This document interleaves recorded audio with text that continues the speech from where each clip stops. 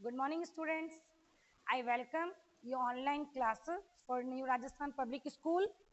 I am your SST teacher. I teach you SST subjects. So today, now start Geography first chapter यानी कि Unit 2 Chapter 10. Unit 2 का हम first chapter ले रहे हैं geography, जो कि हमारी बुक के अकॉर्डिंग वो चैप्टर 10 है। आप यूनिट 2 में जाके देखेंगे तो आपको समझ में आ जाएगा। हम हमारे चैप्टर का नाम है अर्थ इट्स एटमॉस्फेयर, यानी कि हमारे अर्थ और उसके एटमॉस्फेयर के बारे में पढ़ेंगे, यानी कि वायुमंडल के बारे में पढ़ेंगे।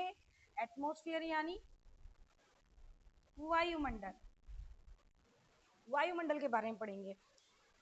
तो एटमॉस्फेयर क्या है हम उसके बारे में जान ले। अगर एटमॉस्फेयर के लिए अगर मैं एक सीधी अगर मैं आपको डेफिनेशन दूं तो what is the atmosphere? Our earth is surrounding by blanket of the air is called atmosphere. कैसे?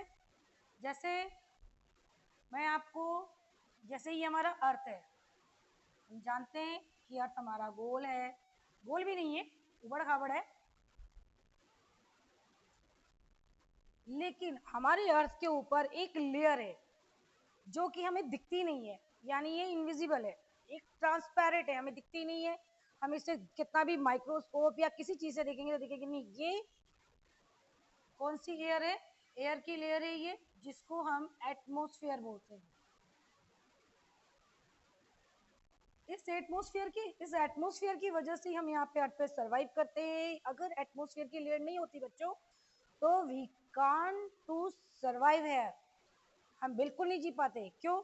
क्योंकि एटमॉस्फेयर के अंदर बहुत सारी चीजें आ जाती हैं, जैसे ट्री आ जाते हैं जो कि हमारे अर्थ के बैलेंस को बनाए रखते हैं। ओके, तो हमारी पहले डेफिनेशन एक बार और हम रिवाइज करेंगे। Our earth is surrounding by blanket of air is called a atmosphere. अच्छा बच्चों, हमें क्या ऐसा लग रहा है देखने में कि ये जो हमारा अर्थ है, उस अर्थ को ऐसा लगता है किसी इन्वेलप में डाल दिया हो? लग रहा है क्या? मुझे तो शायद लग रहा है, मुझे ऐसा लग रहा है जैसे अर्थ को मैंने किसी डब्बे में बंद कर दिया हो, या किसी इन्वेलप में डाल दिया, या फिर इसको किसी चीज से मैंने ढक दिया, जैसे हम कोई कंबल या रजाई लेके ओढ़ते हैं।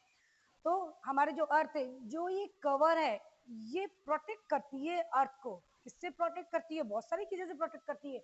हमारे अर्थ पे अल्ट्रावायलेट रेडिएशन है, उससे भी प्रोटेक्ट करती है। वो स्ट्रेटोस्फेयर में करती है, इसके बारे में अभी पढ़ेंगे।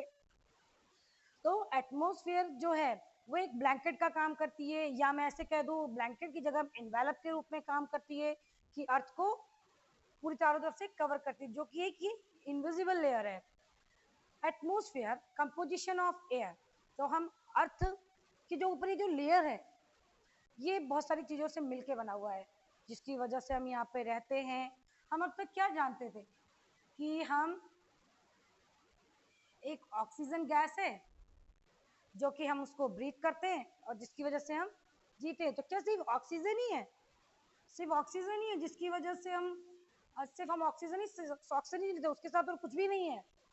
पूरी तरह से ऑक्सीजन? जी नहीं बच्चों, ये पूरी तरह से ऑक्सीजन नहीं है। तो हम यहाँ पे कंपोजिशन ऑफ एयर के बारे में जानेंगे कि कंपोजिशन ऑफ एयर क्या है। ये एक छोटा सा डायग्राम है, आप सबको बनाना है। कंपोजिशन ऑफ एयर में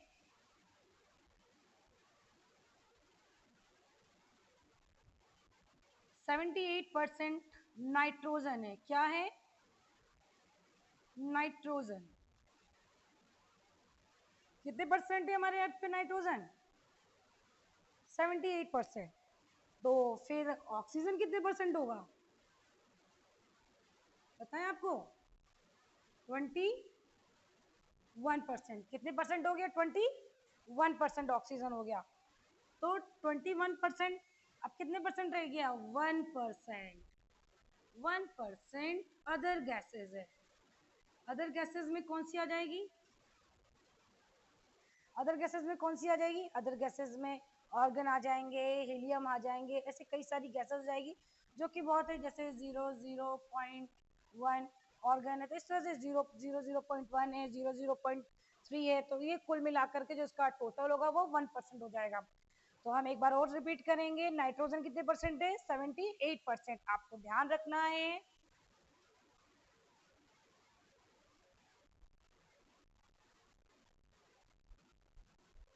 nitrogen 78%, oxygen in the air कितने परसेंट है बच्चों? 21%। एंड अदर गैसेस में आपको बता दिया था मैंने, हीलियम और ऑर्गन वगैरह मिक्स करके 1% ये अदर गैसेस में आ जाती है। ओके, तो आज हम इसको बहुत अच्छी तरह से लर्न कर लेंगे। आप सबको याद रखना है कि हमारे जब कंपोजिशन ऑफ एयर के बारे में जब भी हम कभी पढ़ेंगे या कभी डायग्राम आता है बनाने के लिए, तो हम ये डायग्राम याद रखेंगे। नाइट्रोजन इतने परसेंट, ऑक्सीजन इतने परसेंट और अदर गैसेस हमारे 1% है। ओके, अब इसके साथ साथ हमारा एटमोसफेयर यानी कि ये हमारा अर्थ है। आपको पता है हमारे इस अर्थ के साथ बहुत सारी लेयर है जो कि हमारे अर्थ के एटमॉस्फेयर में पाई जाती है। कैसे? हम इसको थोड़ा सा डायग्राम से समझेंगे। ये अर्थ ये बहुत सारी लेयर से कवर्ड है बच्चों, जो कि बहुत इंपॉर्टेंट है।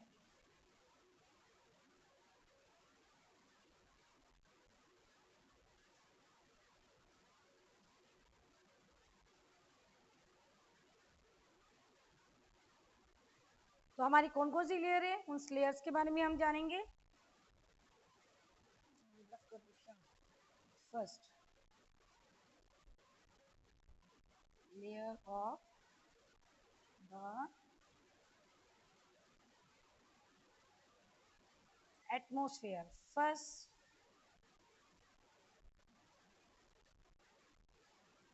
troposphere. Second,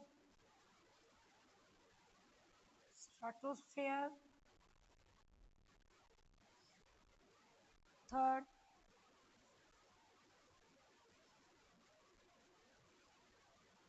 mesosphere. Fourth, thermosphere. Thermosphere को हम आइनोस्फेयर भी कहते हैं।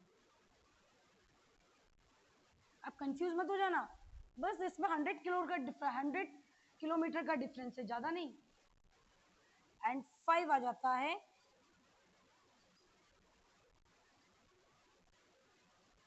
एक्सोस्फेयर।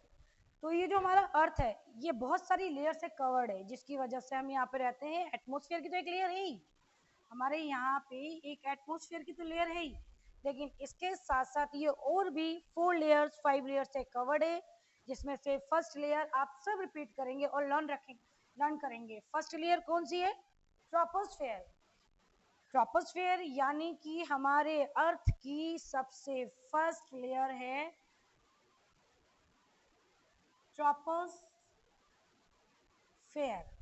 ओके, ये वाली लेयर के बारे में मैंने आपको बताया था, ये एटमोस्फेयर है। ओके, सेकंड लेयर मैंने आपको कौन सी बताई थी? स्ट्रेटोस्फेयर।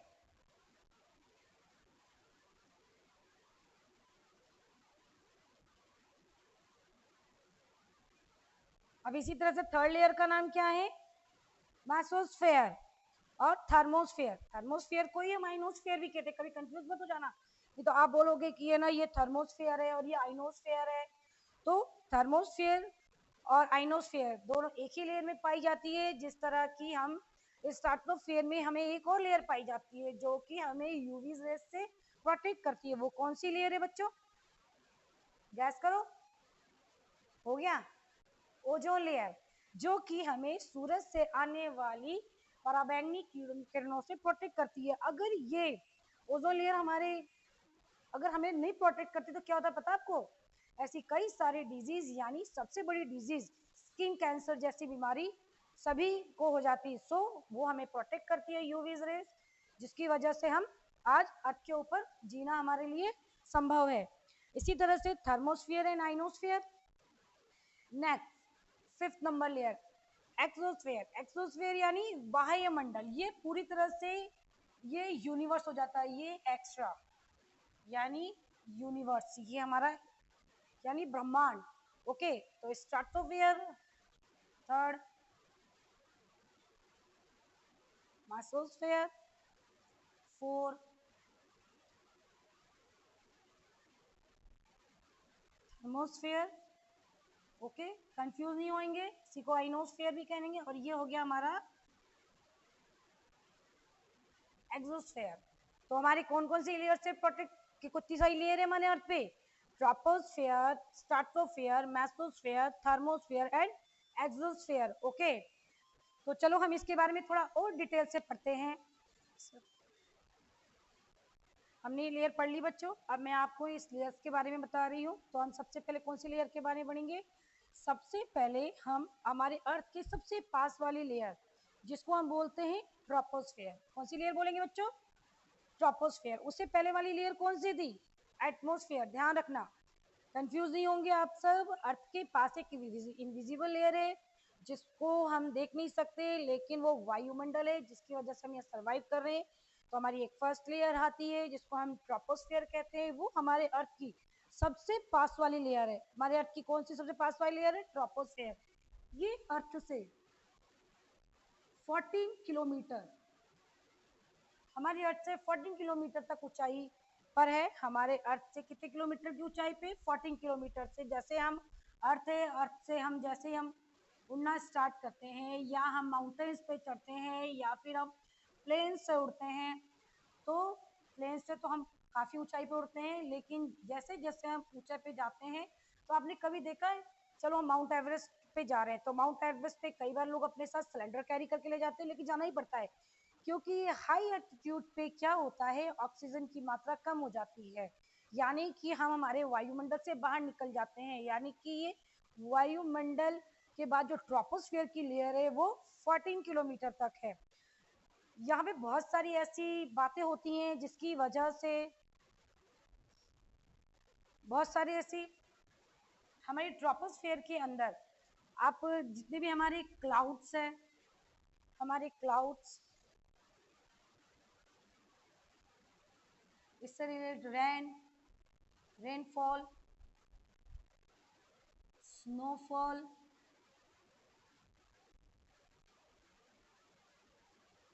थंडर, स्टॉर्म, ऐसी जितनी भी घटनाएं होती हैं वो सारी ही हमारे ट्रोपोस्फेयर पे होती है। कैसे होती है आपको पता है? ट्रोपोस्फेयर जो एक लेयर है, हमारे सिर्फ यहाँ पर जितने भी मौसम से रिलेटेड, टेम्परेचर का बढ़ना, टेम्परेचर का घटना, बादल का बनना, बरसात का होना, यहाँ तक कि बिजली का चमकना, आंधी आना, तूफान आना, वो सारी हमारी इसी लेयर पे, इसी लेयर से होती है। और साथ ही में इसी लेयर के साथ साथ आपको पता है बारिश भी होती है। बारिश के लिए बादल, बादल कहाँ से आते होंगे? आपने कभी गैस किया है? बादल जैसे जैसे स्मॉल पार्टिकल्स होते हैं, इसके साथ जो स्मॉल पार्टिकल्स होते हैं, या जैसे पॉल्यूशन हो गया, या आंधी हो गई, स्पेशली जैसे पोल्यूशन हो गया, वो सारा कहाँ चला गया? हमारे एटमॉस्फेयर में चला गया। एटमॉस्फेयर में जाने के बाद क्या हुआ? उसके ऊपर छोटे छोटे ड्रॉपलेट्स यानी वेपरेशन होता है। सूरज की हीटनेस बहुत ज़्यादा होती है, उसकी वजह से वेपरेशन होता है। वेपरेशन होने की वजह से जो पानी हमारा भाप बन करके कंडेंस होता है ऊपर, वो सारे जो स्मॉल पार्टिकल्स होते हैं वो उन्हीं पे जा करके एक ड्रॉपलेट्स रूप में, एक आइस के रूप में उसके ऊपर जम जाता है, क्रिस्टल के फॉर्म में आ जाता है। बाद में वो गर्म और ठंडी की हवा के मिलने की वजह से वहाँ बारिश हो जाती है। तो यानी कि ऐसे जितने भी फेनोमेन या जितनी भी घटनाएं होती हैं वो सारी हमारी ट्रोपोस्फेयर में ही होती है। ट्रोपोस्फेयर में होने के साथ साथ हमारी जितने भी, अभी कुछ दिन पहले आप न्यूज़ सुन रहे होंगे, न्यूज़ पेपर भी पढ़ रहे होंगे, एक तूफान आ रहा है जो कि वेस्ट बंगाल तक आ गया, बांग्लादेश और वेस्ट बंगाल तक आ गया है। तो ये जो सारी है, ये सारी हमारी ट्रोपोस्फेयर में आती है। अब हमारी सेकंड लेयर के बारे में हम पढ़ेंगे, स्ट्रेटोस्फेयर। स्ट्रेटोस्फेयर के बारे में, स्ट्रेटोस्फेयर जो है, स्ट्रेटोस्फेयर के बारे में सर एक सेकंड, अब मैं आपको स्ट्रेटोस्फेयर के बारे में बता रही हूँ, जो कि वो ट्रोपोस्फेयर के ऊपर वाली लेयर यानी कि सेकंड लेयर है। तो इसके लिए क्या है? Free form of weather vapour, water vapour. यहाँ पे जितनी भी हो रही थी क्लाउड्स का बनना, जितनी भी घटनाएं हो रही थी मौसम के बदलाव से, टेम्परेचर का बढ़ना, टेम्परेचर का घटना, वो सारा इस वाले यानी कि ट्रोपोस्फेयर वाली लेयर पे हो रही थी। सेकंड जो लेयर है जो कि हमारी स्ट्रेटोस्फेयर है, जो कि स्ट्रेटोस्फेयर वो हमारे अर्थ से 15 टू 40 किलोमीटर है, 50 टू 50 किलोमीटर, 50 किलोमीटर है, जो कि यहाँ पे किसी भी तरह का वाटर वेपरेशन नहीं होता है, क्लाउड्स नहीं होते हैं, यहाँ पे किसी भी तरह की कोई भी ऐसी घटनाएं नहीं होती है रिलेटेड टू वेदर, यानी कि temperature does not change with the altitude. यहाँ पे कोई क्लाउड्स नहीं होता है, ना यहाँ पे कोई बादल का बनना या फिर बिजली का चमकना, इस तरह का कोई भी बारिश वारिश, क्योंकि वो कौन से लाइन पे हो गई हमारी, कौन से लेयर पे हो गई हमारी, ट्रोपोस्फियर की लेयर पे हो गई। तो स्ट्रेटोस्फियर जो है यहाँ पे किसी भी तरह की मौसमी घटनाएं नहीं होती है, इस वजह से यहाँ पे सबसे अच्छा रहता है प्लेन का उड़ना। इस वाली सेकंड वाली लेयर पर ही जैसे ही प्लेन उड़ता है, उड़ने के बाद वो हमारे एटमॉस्फेयर से होते हुए वो तुरंत ट्रोपोस्फियर से बाहर निकल जाता है, और उसको वहां पे जाने के बाद हर चीज रास्ता बिल्कुल सही सही दिखता है उसको। So temperature does not change with the altitudes, the no visible weather phenomenon, किसी भी तरह की मौसमी बदलाव, मौसमी घटना किसी भी तरह का यहाँ नहीं होता है। अच्छा, इस पे एक 20 टू 30 किलोमीटर, जैसे ही हम 20 टू 30 किलोमीटर पे आते हैं तो यहाँ पे एक लेयर मिलती है, मिलती नहीं, एक लेयर है यहाँ पे, जिसको मैंने आपको बताई थी कि ये कौन सी लेयर है, ओजोन लेयर। हमें ये किससे प्रोटेक्ट करती है, यूवी रेस से, यानी कि अल्ट्रा अल्ट्रा वायलेट रेस से हमें प्रोटेक्ट करती है। किससे करती है, अल्ट्रा वायलेट रेस से प्रोटेक्ट करती है, यानी कि सूरज से आने वाली पराबैंगनी किरणों से ये हमें बचाती है। कैसे, जैसे ये आती है, ये लेयर ये आती है बहुत तेज, पराबैंगनी किरणों के साथ सूरज की किरणें बहुत तेज आती है हमारे अर्थ के ऊपर, लेकिन यूवी रेज हमें इससे प्रोटेक्ट करता है और इसको वापस हमारे वायुमंडल में, वापस ब्रह्मांड में इसको भेजता, जिसकी वजह से हमारे अर्थ पे इसका कोई असर नहीं होता है। वो यहाँ से वो पूरी तरह से अल्ट्रावायलेट रेडिएशन से हमें प्रोटेक्ट करता है। So the ozone layer 20 to 30 kilometre making conditions idea for the flying the aeroplane, हमें इसलिए इसकी वजह से यहाँ पे एरोप्लेन उड़ने में बहुत आसानी मिलती है। बच्चों ये दोनों हैं, इन सबको आप नोट कर लेंगे, लर्न कर लेंगे। अब हम नेक्स्ट थर्ड लेयर के बारे में पढ़ेंगे। थर्ड लेयर कौन सी है, बताओ आप, ये आपको लर्न हो जानी चाहिए। थर्ड लेयर मेसोस्फेयर, कौन सी लेयर है ये, मेसोस्फेयर। हम मेसोस्फेयर लेयर के बारे में पढ़ेंगे, जो कि हमारे लेयर में ये थर्ड लेयर आती है। मेसोस्फेयर जो कि हमारे अर्थ से कितने किलोमीटर दूर है, 80 kilometre, earth 50 to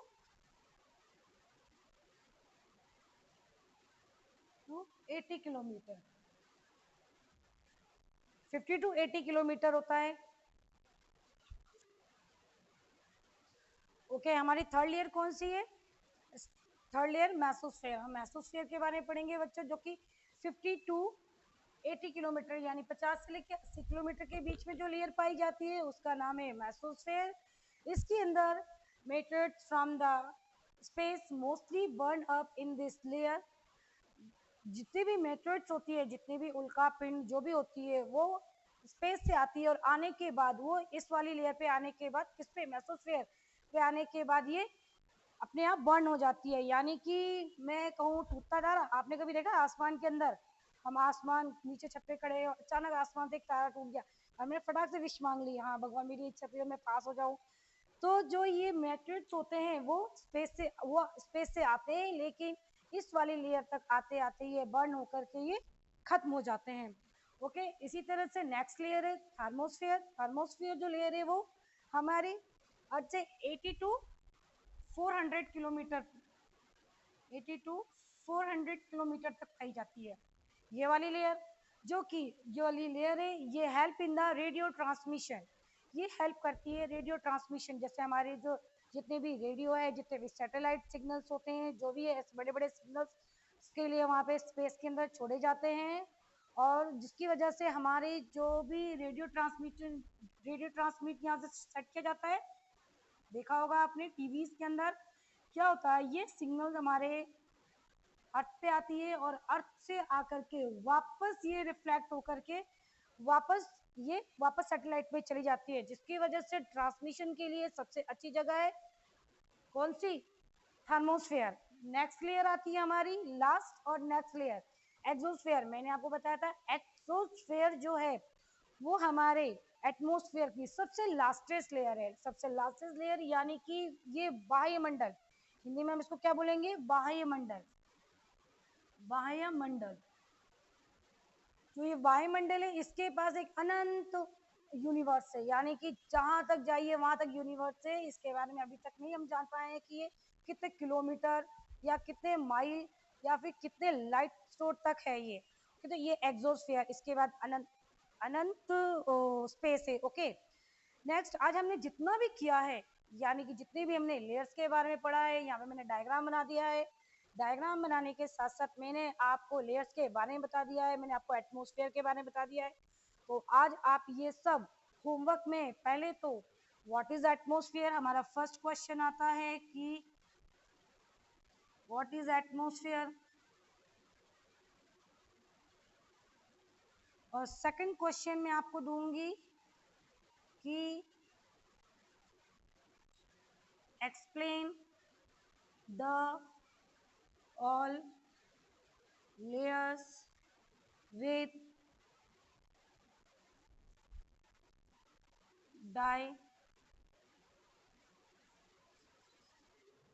diagram.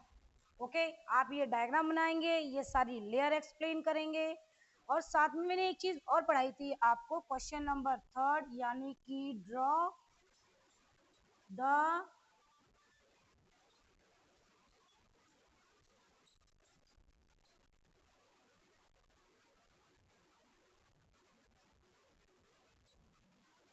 Composition of air.